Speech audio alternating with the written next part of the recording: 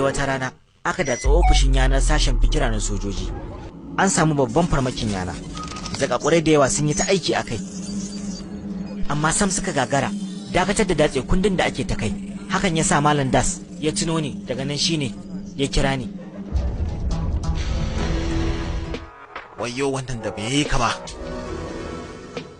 Basu, yi sauri Basu, yi sauri muna bukatar ka nan. Zo muna bukatar ka. Zo ka ga wannan.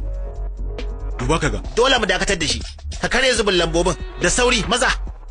Ba za mu iya dakatar da madatsin ba sai mun san dan barsa. Kai wani abu Basu.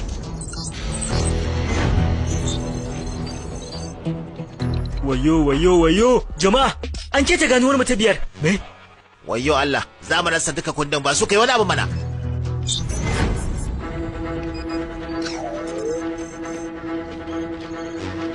Tunanin me kuma kake Basu, kai wani abu mana.